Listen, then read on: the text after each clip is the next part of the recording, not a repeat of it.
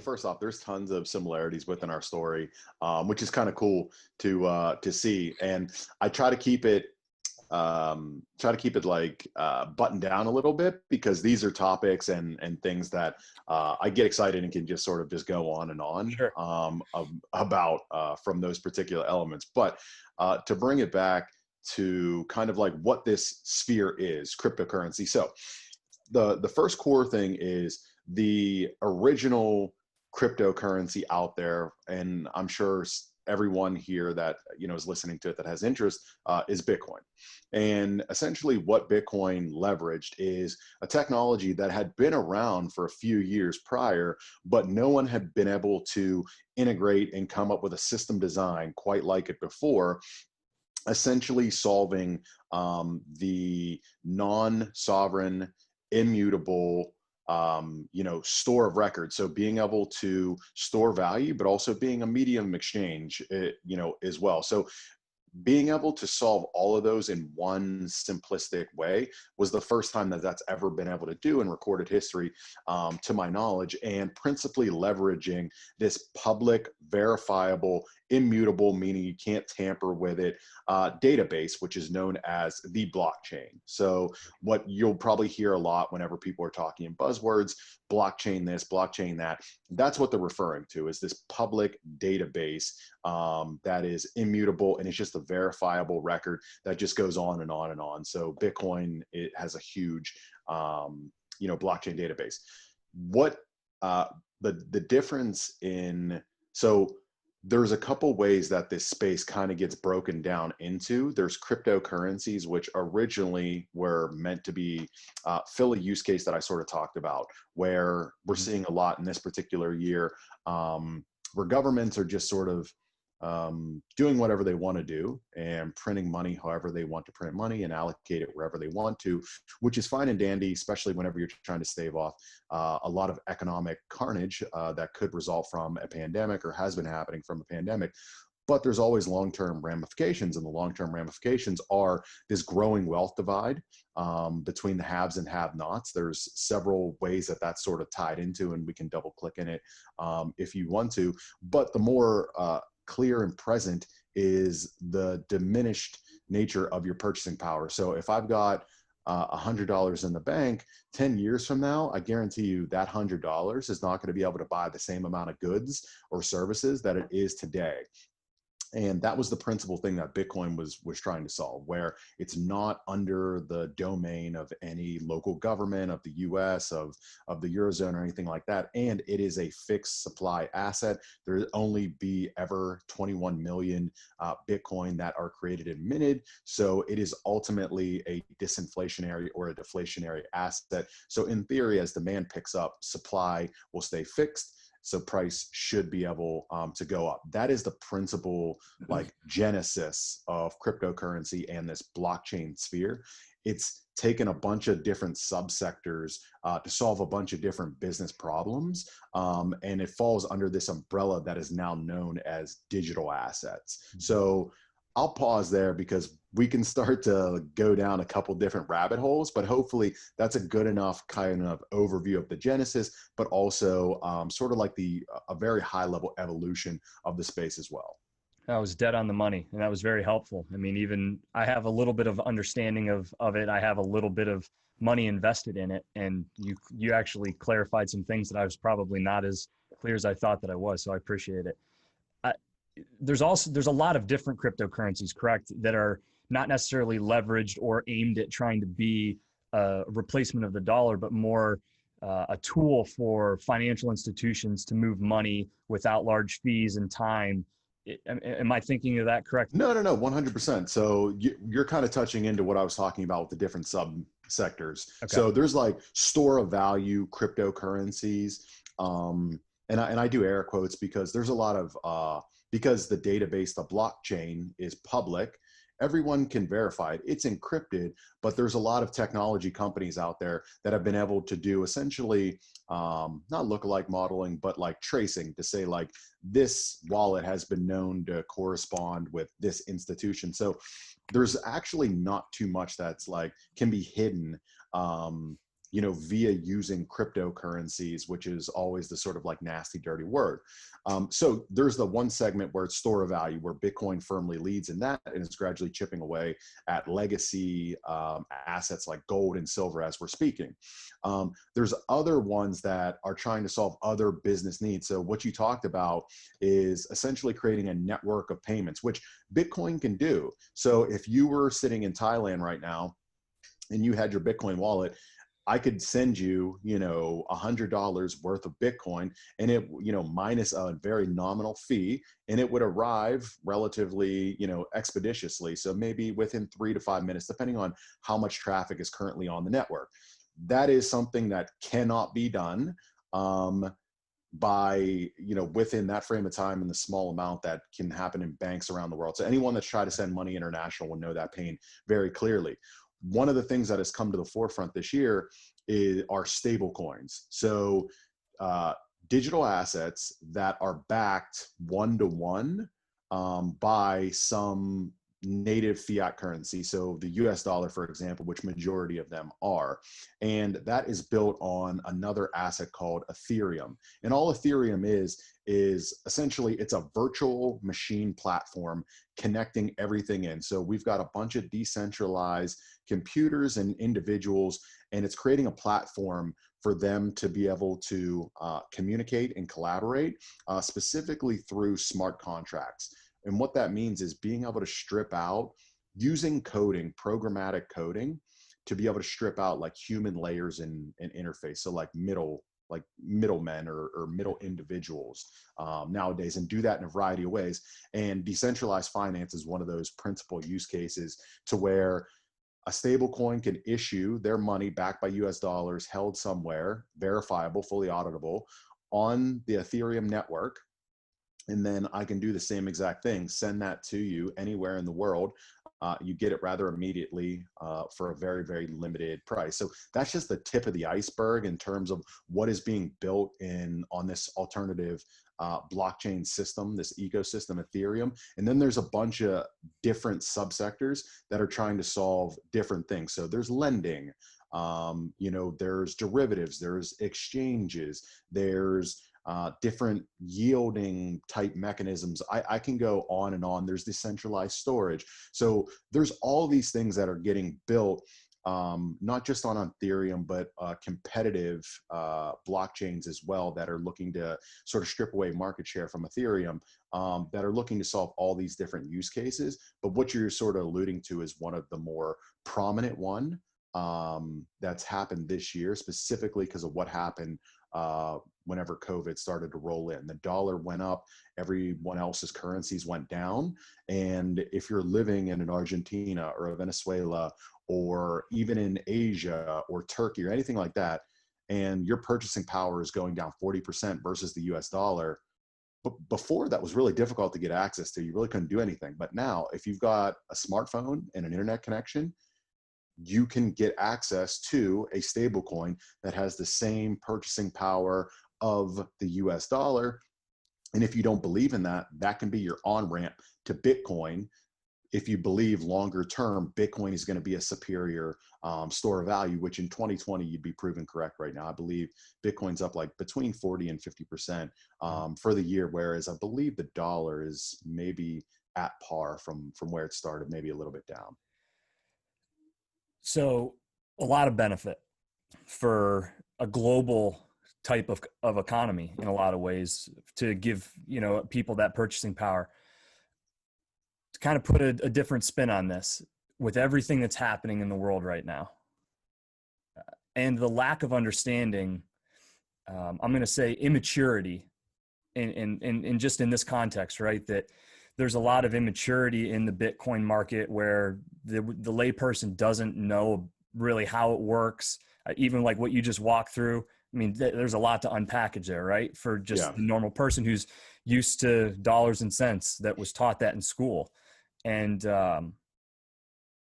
is there potential benefit for a large nation, possibly, to, or any individuals in the world, to push I mean, globalization is a big topic, right? And there's a contentious battle, especially in America, about whether or not that's a good thing. And one of the benefits would be, digital assets and cryptocurrencies. And there's definitely nations that as a whole understand this and are probably way more invested and would benefit by a big shakeup where everything all of a sudden goes digital, but where they are positioned way ahead of everybody else for that transition to happen. Right. You know what I mean? Like it just, am I Yeah. maybe a little crazy in that, or No. I are there mean, kind of avenues where, I don't want to say China, but a country like China could heavily invest and then disrupt the market, force everybody else to go digital to drive up the prices, and they walk away making trillions and trillions of dollars at the end of the day? so you're 100% like everything that you said in like your prior preamble, just replace that with China, because that's exactly like what they're I was doing. trying to be like somewhat sensitive, but at the end No, of the no. day, I it mean, is what it is, right? yeah, I mean, we're not gonna trash China. We're just, calling it what it is with straight facts. And there's some smaller Caribbean nations that have kind of taken the forefront of this particular initiative to digitize their local fiat assets, and to be able to create that sort of digital network that we were kind of describing, but within the confines of their own sovereignty. So yeah, but the principal one is China that you're talking about, and they are way ahead of the U.S. in terms of understanding, appreciating, and valuing the implications of the digital revolution, which they're already far ahead just in sort of like native assets. Anyone that's been to China before, we'll talk about the simplicity and all-inclusiveness of like WeChat and Alipay, how they can essentially run their lives from just one single app. So they're already well ahead of us in that terms. But from issuing, understanding, and getting ready to implement their own native digital currency, they're not far away from it as well. And and it's not like, oh, it's a conspiracy theory. Like, it's well documented. I just don't know. They're gonna start piloting here shortly. I don't know the specific date or like the specific reference, but it's going to be happening in the not too distant future. And they'll be able to take advantage of that. If that will mean direct attribution or sort of chipping away at the US dollar's market share and going to China, I don't know if it'll be an apples to apples comparison to where they'll just get like $1 trillion windfall, but their economy will be better suited to live in this new world that is fully digitized, specifically from a payments front, from a monetary perspective, and that will pull all the other nations that have vested interests to lose, like the Eurozone, like the US, along that particular path as well, because there's tons of synergies that they'll be able to take advantage of that the US will be forced to sort of go along. There's two flip sides, or two caveats, I should say. So one, eventually the biggest thing that's going to hurt the US is losing their world reserve status, which they're well on their way to be able to, they're doing that right now because of everything that so we essentially do anything that we want to with impunity, and no one has anything to say about it. Print as much money as we want to, keep interest rates low, continue to run our debt super high because we issue it in our own currency. So we can continue to issue it, which is just monetizing the national debt. And eventually there's long-term ramifications. And you're seeing that right now, where the Eastern Bloc, the Eastern Hemisphere, is taking these small incremental steps to be able to get off the dollar standard and get to some kind of basket, or go back to gold, or even go with Bitcoin as as a combination as well, to hard money behind it. That will ultimately happen, and the US will lose there. Where China is exposed as well is in this new revolution. People that are maybe wanting to shield their wealth or their assets from the government have the best on-ramp that they've ever had ever. So I've got nothing but anecdotal story from one individual that talked to like a handful of other people, but one of the principal, or the largest stable coins that we were talking about prior is called Tether, Tether. And that has been a very big mechanism that a lot of Chinese wealthy individuals or families have used to usher wealth outside of the country around some of the, constraints that the local government has placed on them. Bitcoin and Tether are the biggest way that they do it. And if you can have a bulk of your population that, has their phone and chooses to leave and can take their wealth with them, that's incredibly powerful. And I don't know how that shakes out because China doesn't seem like the type of nation that would just allow that. But whereas gold, you gotta, go unbury it and put it in your backpack and charter a boat and get armed guards. Bitcoin or, a stable coin is right there on your phone and you can just leave off into the night. So there's two interesting dynamics that are kind of unfolding right now. But ultimately, I think it's going to be better for the world in general. And another reason why China has been at the forefront of this is if everything's digitized, they can track your payments. So again, this isn't verified, but it's easy to do. If everything's digitized, it's on a local blockchain record, the government can see where all the payments are being made and where the payments are going. So I think another reason that they're moving so quickly is to have tracks to be able to circumvent the existing circumvention of people trying to park some of their assets or some of their wealth outside of the nation. It's a conundrum. It just is. It is what it is. It's exciting. So there's always these growing pains. I truly believe that this technology is revolutionary because it's going to change how the existing world order kind of is. And it's going to do it from finance first, and then it's going to gradually evolve into more and more things that kind of like touch your life, with Facebook and and all these social media platforms being another one that will ultimately be severely affected by it, because under this particular model, the individual is the sovereign nation, and then they can tell you, okay, I'll allow you to use my data to make money off my data, but you got to give me a cut of that, and like so on and so forth. So that kind of goes down the path of the additional like subsectors that are being built within this space of digital assets. But ultimately, yeah, it's always going to be a little messy. There's going to be vested interests that speak against it. But that's just the innovative path. That's kind of how it is. Creative destruction, as a famous economist, Schumpeter, described it. Yeah, no, hey, chaos breeds opportunity, right? And not to say that it's going to be chaos, but there's certainly opportunities if you look at it the right way. You were talking about a traceable record, and I wanted to ask you, and with as non-bias, I'm trying to I want to understand this because there's a lot of people that may listen to this who are curious. So I grew up in Northwestern PA, mm-hmm. And there are two brothers who are from my hometown who had a hedge fund that was leveraging data. I'm not sure if it was in a similar way that you are, but leveraging predictive data, scraping, from what I understood, they're scraping news stories and understanding that regardless of news, whether it's true or not, news stories impact markets, and they could predict trading patterns, and we're kind of, touting really large returns. SEC got involved. A lot of people in my small hometown have been affected by potential fraud, potential scheme to take their money.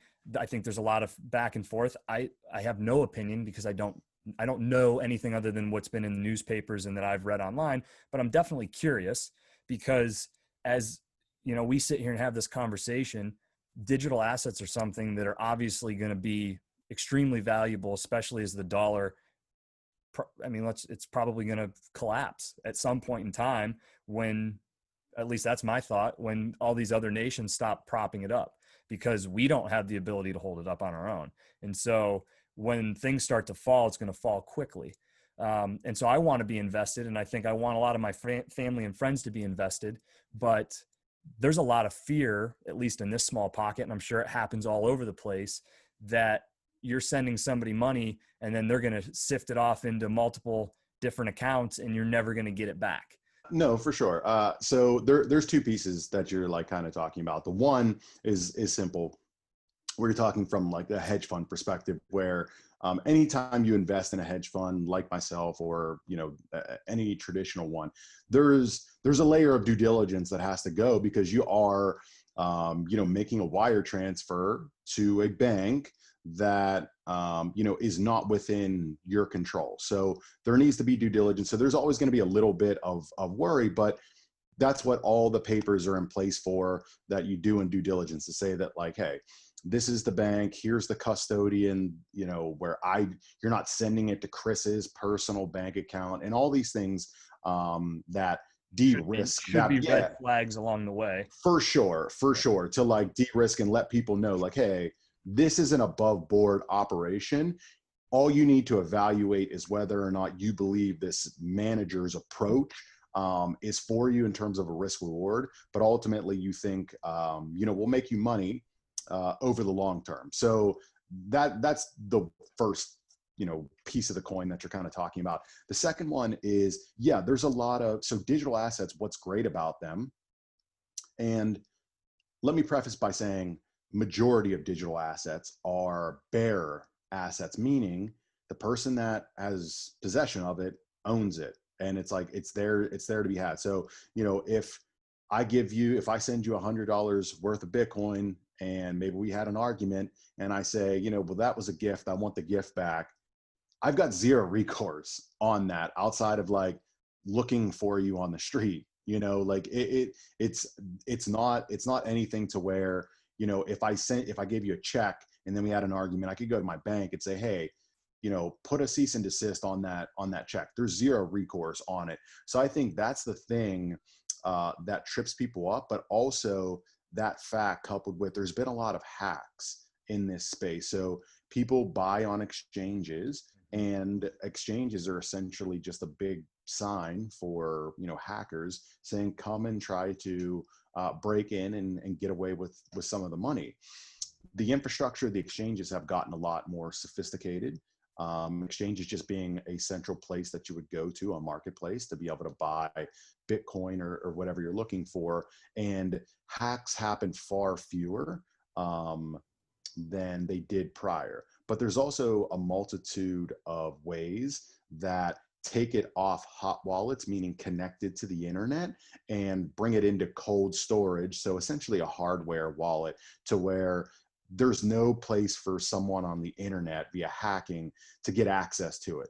Someone would have to gain physical access to that particular wallet, and then know your passwords to be able to take the money out, to put it in, back on the internet hot wallet, and then transfer it to their own wallet as well. So the infrastructure has gotten a lot more sophisticated, and now those services are offered via exchanges now. But also a lot of the die-hard people that have been in this space for a while, they'll propose and insist sometimes that you do it yourself. So you have proof of keys, meaning, this is my asset because I have the keys, or the passwords is what they're saying.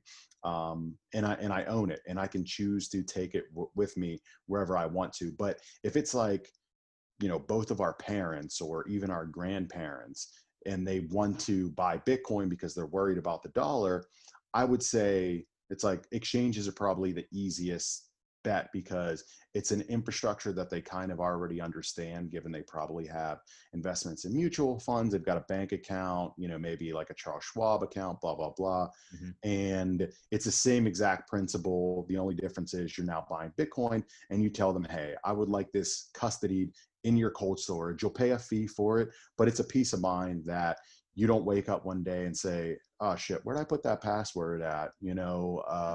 I guess our retirement's gone, honey. I misplaced the password. So there's those little nuances that go with this space, which are great, which is why the space was built, to give people the sovereignty to do as they please and what they want to do, and be, international. But not everybody wants that. So that's kind of been something that the space has been trying to address to stand out to a growing mass of individuals, not just like the diehards. Mm-hmm. Yeah, I mean, geez, what was the uptick in people diving into Robinhood when this whole pandemic happened? I mean, Oh man, the numbers were insane. So I have a newsletter, and I actually sent out, I can't remember what it's called, but there's a website that tracks the trading. So again, like readily available information, nothing's not public, kind of like what you're talking about with that fund that you know knew from your local hometown. mm-hmm. Um, is being able to track like the purchases that were on Robinhood, and specifically for some of the riskiest things that you could have been getting into at that particular time. This was back in like March or April, and it was all airlines, all cruise lines. So if you looked at the price of, you know, an airline or Carnival Cruises, it was going like that. But then you looked at the amount of new buyers, it was going like that, just straight up. So it's crazy. It's a gambling casino in a lot of ways. But I think that infrastructure, if people get that, then they'll get what's in digital assets. But there's the difference between the speculator that thinks they're going to make retirement money like yesterday Mm-hmm. versus, you know, the individual that sees the long-term benefits of this and looks at it more from a long-term investing perspective, which the makeup in this space is probably skewed towards speculator. Yeah. Just to be honest. Yeah. This is a little off of the road, but I mean, are they looking to teach this in schools? I mean, think about it, right? It's like we're on the precipice of a massive shift in the foundation of our economy. And I was like brought up in grade school, you know, albeit 20 years ago, 25 years ago. I'm getting old, but you're learning about money in a much different way. I mean, I'm just trying to get my head around how does that translate over to young kids? And maybe it doesn't seem like it's something you would think about, but I mean, that would kind of be really important, right? Yeah, for sure. So there's way smarter there's way smarter people and way more dedicated people like on this, like trying to fight this particular fight. One of them, his name's Tyrone Ross. He's the CEO of a company called On Ramp Invest, but he's one of like the go-to financial advisors within this space. But he's been like standing and shouting at rooftops for a long time, principally about that. Like there needs to be financial literacy at a very young age in schools, and principally being able to introduce this new burgeoning asset class to young people, and principally communities of color that typically historically have been left out of sort of like paradigm shifting movement. So I look at this has the potential to be a peaceful wealth redistribution, like a peaceful wealth redistribution, because you've got all the old guard sort of fighting the gold bugs, the silver people, the stocks and bonds people. I think ultimately everything is going to flow over in some frame or fashion to, you know, a digital avenue, whether that's blockchain or in-house blockchains or anything like that. But we're looking at, I firmly believe, at one of the greatest potentially peaceful wealth redistributions historically. So financial literacy is important, principally for some of these communities that have historically been left out within this country and around the world. But to your point, no, I haven't heard of any like dedicated efforts on financial literacy around this particular topic, just whether it's blockchain or digital asset or like store of value type assets like Bitcoin, and just giving them just a gentle history lesson. Like there's tons of lessons to point to, and why what's happening right now isn't a good thing, because one of the elements of financial literacy is living within your means and not spending more than you take in. But now there's an additional caveat to that. Now you have to invest what you're taking in, because if you take in $100 and your expenses are 40, you've got $60. But now you've got to invest, you know, 60, those $60 or $50, because that $60 that you have is only going to be worth $40 in actual purchasing power 5 years down the line. So it can quickly kind of get convoluted. So I can see, and also from a person that was in finance, that was in like traditional finance for a long time, that's how these guys make their money and they stay around, is they keep it super convoluted and we use big words and all this other shit, because then you look at me with bright eyes and you're like, I don't know what's happening. It justifies the big fee that you're paying for all the services that the 100%. bank that you worked at. I banked there. My brother started there as a relationship manager a number of years ago. He actually just left to pursue a more, entrepreneurial style business. And, that's the same as me. I love the technology world. I spent 12 years. I started at a startup. We were acquired by IBM. I spent a number of years there. I left, got back into the startup space, got acquired again, and then ended up at another small startup that was growing. And, COVID hit, destroyed the retail space for a while. And that was a big customer of ours. And this has been a real eye-opening experience for a lot of people. But in your space, I'm sure a lot of opportunity. I mean, your fund, I'm sure, is working with a ton of people. You said having a lot of success, growing tremendously. I mean, not that this is a good thing for America, but it could be ultimately in the long run. Yeah, it's just a rebalancing. So a lot of people are hurting. And I think, individuals like you and myself are fortunate that we're largely immune to a lot of the hardships that's being passed around the U.S., whether it be economic or health for that particular matter. But anytime there's a paradigm shift, there's always going to be friction. Nothing good or nothing positive, not positive, but no meaningful change ever comes without some type of discomfort, some type of friction, whether that's in your personal life or just talking from an economic high vantage point perspective. So I think we're in that right now, but ultimately you'll see a rebalancing towards ecosystems like myself, like that I'm involved in, because it's been growing. There's been some like startups that are always going to kind of go by the wayside because maybe they're mismanaging their money and thought the good times would last forever. But for the most part, it's been fairly normal, and dare I say even bull times in some of the markets, for some of the assets within the market. I think gradually you'll see more and more shifts towards some of these industries that are built for the future, like digital assets and blockchain. Yeah.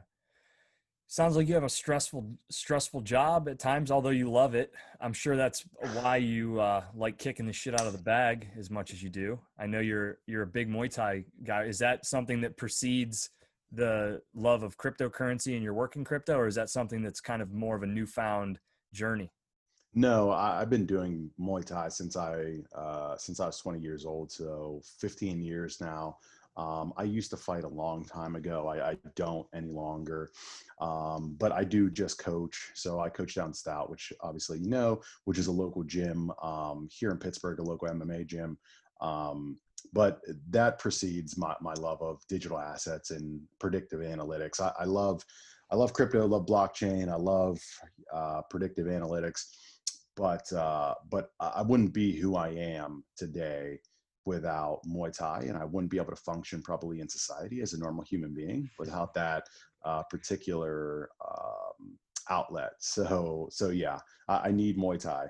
Yeah, isn't it crazy how just the perspective enhancer at not just doing doing difficult things in and of itself is so important, just to reset, I think, your parameters on life and give you a dose of reality. But when you're engaging in combat and you're pushing other people and there's a mutual goal, even in times like this where things are so divided, you can go to a gym where there's hundreds of people of every color, every belief, everything, and that humbling effect of engaging in martial arts and combat. And it's such a positive thing that I talk about it way too much. but I actually, no, I don't. I don't say it enough probably, you know? No, you're totally right, and you definitely don't say it too much. I would shout it from the rooftops as much as possible. So for me, I think it should be mandatory. And again, I have a very narrow purview of the world, but I think it should be mandatory in schools in this country. You know, just like you would mandate military service, you should have to have a basic level of martial arts ability, specifically, again, I'm biased, within combat arts that are going to push you both mentally and physically and are applicable in the real world. So I started in Taekwondo. I started in all of these different martial arts. They're great. I enjoyed them, but they're if a wrestler or a jiu-jitsu guy or a Muay Thai guy comes up to you in the street, or a boxer for that matter, the Taekwondo guy's he's not gonna do shit. So there, and also there's a layer of cardiovascular, like the grueling nature of some of those sports as well, that pushes you mentally, but also puts you on that equalizing playing field that you're sort of talking about, to where, you know, I could be there next to someone who has entirely different political viewpoints than myself, but we can have a common ground and a commonality. And afterwards, we're more likely to have an open perspective because we're both tired as shit. So whenever you strip away those anxieties, your mind's overreacting, it puts you in that sort of like calm Zen state, you know, quasi runner's high, for you to be able to actually ingest and take in information. I mean, I've got tons of like crazy stories through Muay Thai and things like that, to where there was former white supremacists that had left, that had left jail, but were in Muay Thai and, you know, still had the Nazi things on there, but it was totally fine because we were in that sphere. They were looking to change their lives, and I didn't care. Like, we were able to meet at that middle ground, and I was able to look past who they were for who that they were trying to be. And it was able, you know, and everything was fine. So I've got tons and tons of stories like that, and that can only happen through combat of some variety. So I'm sure military service veterans will be able to liken their particular experience. I never served, so I can't speak to that, but through combat art, specifically if you're looking to actually test yourself in the ring or in the octagon, yeah, I think there's no better way, and should be mandatory in this country for everyone. No, man, I couldn't agree more. It's it really, I think we live in this society where our problems are so skewed. We don't have a real perspective. Most people don't have a real perspective of problems and struggles. And so like when you put yourself voluntarily into that space, and then you look around, you kind of, the first thing you notice about everybody else there is that they were willing to voluntarily put themselves through that same shit. So it's kind of like, we're good. I was looking back at an old fight. It was the trilogy with Tito and Ken Shamrock, and just the absolute hatred, the things that those guys were saying. And even like after the third fight, Ken tried initially coming over and talking to Tito, and it got ugly, but then even they like went and hugged it out. And it's like, you can watch so many professional fights, whether it's the UFC or Glory Kickboxing, or, you know, just however, I mean, dude, over in Thailand, I'm sure you've probably been, am I correct in that? Or No, I've never been to haven't gotten Thailand, there but yet? no. I'd And love to get there. I haven't either, but it doesn't look like I'll be getting there anytime soon either. I know, right? But those people, they fight constantly. They're fighting all the time, and the mutual level of respect, you don't ever see a whole lot of disrespect after a fight. And I think it's, you know, mandatory. To your point, I always preach to people that the first way that you can eliminate bullying is you've got to teach people how to fight and how to be confident in themselves, because it's usually people who are very insecure who are causing problems because they're scared. Maybe they're bullied at home by their dad and they're a scared person. And that's the only thing that they know how to do when they're in a situation. But if you understand how to fight and you actually know the principle, you don't have to be like some American badass, but if you can understand that, I think it goes a long way into eliminating what outward hatred or outward violence that you may put on other people who are weaker than you.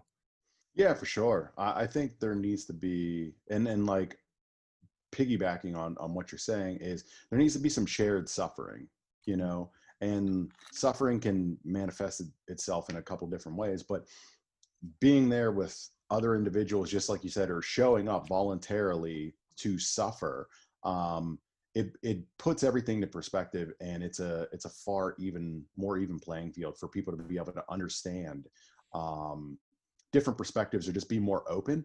But again, if you don't need to like everyone that you're there with, but there needs to be a respect. And sort of what you're talking about in Thailand is everyone, it's part of their culture, you know, it's part of their, it's part of Buddhism. It's part of just how they carry themselves.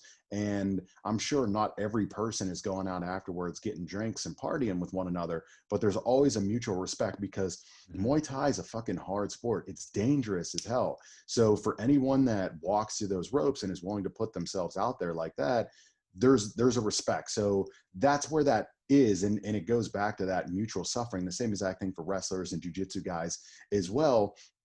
A little bit different whenever, you know, knockouts and stuff like that come into play. But like MMA guys, there's a mutual respect to be able to put yourself in harm's way. So I think that's what's the missing piece whenever people don't have the opportunity to share in that learned, that shared suffering. And then also, if you're around different people, you can't help but bump into a conversation that is different than your particular perspective, but you're more inclined to listen to it. Or maybe they say something, you're like, oh shit, I never even known that. Like I've heard tons of things where people like, oh, I didn't even know that it was like that for you. It's like, okay, well this. And that's the problem, right?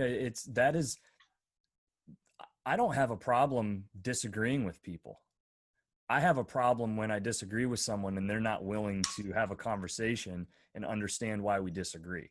And that is the problem with society right now. We have just shut ourselves off to hearing the other side because we just are so sure that we're right. And maybe it's because we think the times are so pivotal, so there's no room, but you're not going to solve a problem unless you understand. And everybody's perspective is so different, right? It's like, I think we've lost a little of that. You know, maybe your views are different because your reality is different. And people don't want to understand that. They want to have conversations as if realities are the same, and they're not. You know, my reality here in you know, North Hills of Pittsburgh is so much different than someone's reality in Baltimore. Now, I'm pretty outspoken about the shit that goes on in this country, and I think a lot of it's just garbage, and people are hijacking things and fueling fires because at the end of the day, they don't want a change. They want a massive change. They want to completely, you know, light this shit on fire and start all over. And I think a lot of that's because their lives suck. But there's a middle ground that most of us live in, which, you know, there is a lot of unhappiness and we need to make a lot of improvements, but that nobody wants to openly have that dialogue. And until we can find a way to do it, I'm kind of like, it doesn't matter what happens here. It's fuck, man. I watched that thing last night and I'm depressed. It's like, how is that? I mean, we're at a point in time where everybody feels like the other side is steps away from destroying civilization, but yet this is who we've got to solve the problems on either side. I mean, man. Yeah. I didn't even, so I don't watch a lot of those things because I know what it's going to be. And I just, it's depressing. So I honestly didn't follow a lot of politics, and, you know, I voted, I always vote, try to get myself up to speed as much as I can to make, you know, a quasi informed decision. But I don't place a lot of stock in politics, because anyone that is willing to be a career politician, trust me, they're not out looking for your best interests. So I don't pretend to think that change is going to happen from top down. Change is going to happen from bottom down, whether it's societal levels or it's entrepreneurs saying, no, I'm not going to do it like this just because it's always been done that way. I'm going to do it this way because it's actually better for society, humanity, long-term, or communities, whatever have you. But I've recently had to really start paying attention because a lot of stuff that's going on, but also how essentially it's been very openly divisive, and it's been allowed to get more and more divisive on both sides. And I think one of the reasons, or two of the reasons that you're sort of talking about, is it's this whole social mediaization of the world. So you've got to shout loudly to have someone listen to you. But if I'm shouting loud at you, you're going to be like, whoa, well, what the fuck? Why are you shouting loud? I'm going to shout loud back at you. And it sort of devolves into this, essentially what you saw last night. I didn't see it, but what I saw clips of on the debate, the presidential debate. And then another thing is, in this society, for some reason in the US, particularly on a public forum, no one can admit that they were wrong and they've changed their opinion based upon new information. It's like, yeah, like I was wrong, I fucked up. After reviewing the data or new data that I've discovered, new analysis, so my opinion's changed. Do you think that, because you nailed it, man? Do you think that is it's probably a combination of both, but do you think it's an ego thing, or do you think it's a looking at either side who their supporters are, that maybe like, I don't think that my supporters can handle what I'm going to say, so they play it into their politics, or that it's literally an ego thing where they don't want to back down from something that they've said? I think it's both. So from a political side, I think it falls more on the politician, more the political base. So, I think Trump says a lot of the shit that he says because he doesn't want to lose the people that'll support him. So like the white supremacist shit, like last night, instead of just saying, I don't support white supremacy, he keeps it sort of ambiguous because he knows, for better or worse, those are people that are going to show up and vote for Trump. So he doesn't want to alienate those people. Doesn't mean that, you'll catch Trump down at his Palm Beach villa, hosting white supremacists. But so I do think that a lot of people play into political lines, but for, again, the people that are actually going to drive change, not the politicians, the people down at the bottom, it's an ego thing. And it goes back to that same exact principle of suffering, but also suffering brings humility. So for me, I'll be the first to say I had a problem admitting that I didn't know what the fuck I was talking about, or I was wrong. And upon further review, this is now my new opinion, until I went to Carnegie Mellon. Because you're put in a room with other killers that are way smarter than you in all these other different areas, and maybe even areas that you'd like to transition to. So there's tons of people that, are getting out of tech but want to go into finance. Me, I want to get out of finance, I want to go into tech, and so on and so forth. So you've got all these really, really smart killer people. And CMU is not known to have the most friendliest of environments either. And that sort of sets the stage and humbles you that, oh, I actually don't know what I'm talking about. Let me listen to this person. Or it reshapes how you think and view situations. And then again, being very data grabby or needy, you're constantly looking for additional pieces to validate, because one of the things that I realize is I can talk well, so I can actually influence a room, but I've got tons of smart people at CMU. So I don't want to influence them if I'm saying the wrong thing. So I actually need to listen to them, and I need to do my own homework rooted through facts, data, and then we'll all, come and meet, and then I'll, say my piece to the world and look to influence or mobilize people for decisions.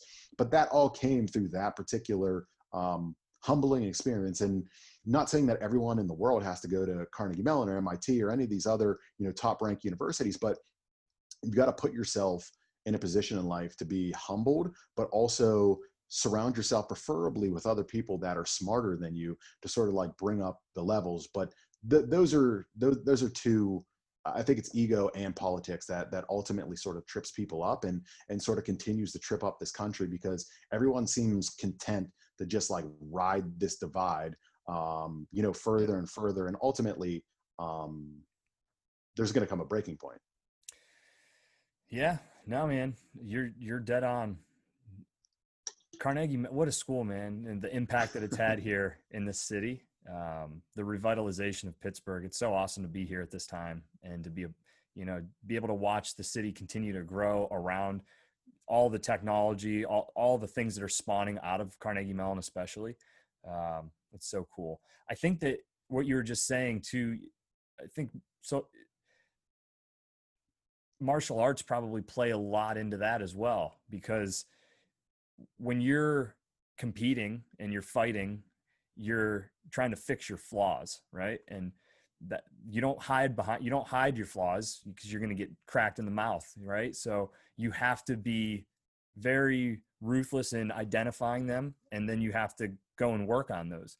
And that's same thing with your thought patterns, right? It's like I can either be ignorant to this and continue to make the same decision based on emotion or lack of information, or if I want to be the best version of myself as a human, as a business person, to make decisions for this company, for my clients, I need to constantly be identifying where I'm making poor decisions, where I'm uneducated, maybe where I'm lacking a diverse thought, different opinions from others, and injecting that into your life and putting your thoughts to the test all the time, right? I mean, yeah, I mean, you essentially just articulated a growth mindset, and that's exactly what you need to be. That's personally what I believe you need to be successful. And no one's perfect. I have my struggles and get into my things to where I need to walk myself back to that growth mindset.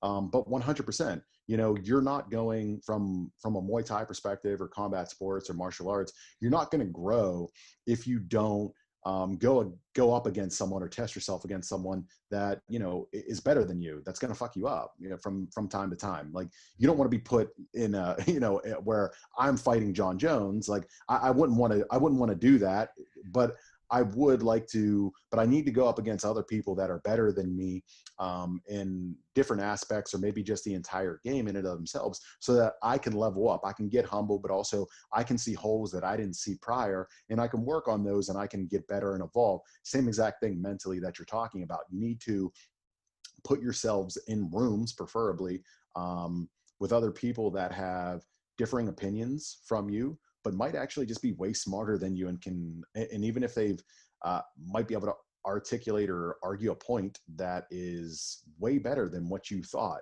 So you might still hold on to it and be like, no, I still think that X is right. But eventually, if you go in that room enough times, you'll let go. You'll be like, you know what? yeah, That's actually a really valid point. That's based on data, and and mine's based upon something my dad said years ago. These guys are probably right. So there needs to be that constant evolution of growth mindset that only happens whenever you're in a humility phase, whenever you're going against other people that might be your superior in a variety of ways. Oh, that's very well said. So what else do you have big coming up? Anything in the works, whether it be, on the business side or in Muay Thai? Anything that we should be looking out for? So big news is, as far as the business side, there's no huge news that's coming out. I run a newsletter that I push out on a weekly basis that I think is doing a pretty good job as to opening my mind, like giving an insight into how I view things to people across all different frameworks, whether it be retail or even institutional people. I also write for Forbes as well, which I like to educate, but I also try to find that sweet spot of, it's an article. You don't want to be starting your morning, with a 2-page dissertation. So I do that a lot. And then obviously continue to have on different guests within my podcast that range from, combat sports people. So we just had John Fitch on, as well as other crypto people as well, from different aspects of the community that I was kind of talking about, that can maybe break it down in a more simple fashion, just in case there's other people that are interested in. On the martial arts front, Muay Thai, Will and I, the other Muay Thai coach, we're going to be writing a book here soon, kind of putting into practice a lot of things that we talked about here. In principle, being able to look at finance from a very simplistic perspective, that can sort of again, kind of touching into that generational wealth redistribution topic, but doing it from a way that Will and I can write to, but also sort of curate it to some of the people that might be interested as well. So that we're in the process of writing that right now. So I don't know whenever it'll be released, but that's probably like the biggest news that I would say that's going on the Muay Thai front. I wish we had fights to talk about, but there's no fight. So yeah, it's a bummer, dude. I'm pumped that at least the martial arts space in MMA world has kind of been really on the forefront of providing entertainment, but soon, hopefully 2021 brings a different temperature for everybody, because I think there's a lot of healthy young individuals in the martial arts space that would be appreciative to be able to go out and throw fists at each other. I completely agree. I'm very, very anxious for 2021. I entered the year with a lot of, which are just laughable, looking in hindsight, expectations and anticipations. So I'm ready to turn the page. I will continue to endure 2020, but I'm very much looking forward to 2021, and hopefully that will involve some of our local fighters getting a chance to go back and do what they like, and given the opportunity to grow to some of these larger stage organizations that are still going out and putting on fights without fans for our entertainment. You guys are doing a hell of a job. I know a couple of the young guys that are over there. Warren's kind of tossed some names that I've been watching, and it's awesome. I spent a little bit of time, and then I got away from it with some injuries and then work and whatnot. And I'm in the process of lining up some privates with Warren. So I'll be back in the gym and hopefully even trying to get back into a little Muay Thai and striking. So I'm sure our paths will cross again in the future, but I so much appreciated this conversation. It was a lot of fun, and, digging it, dude. It was my pleasure. I can't wait to run into you at the gym. Hopefully you'll take one of my classes. 100%. Appreciate it.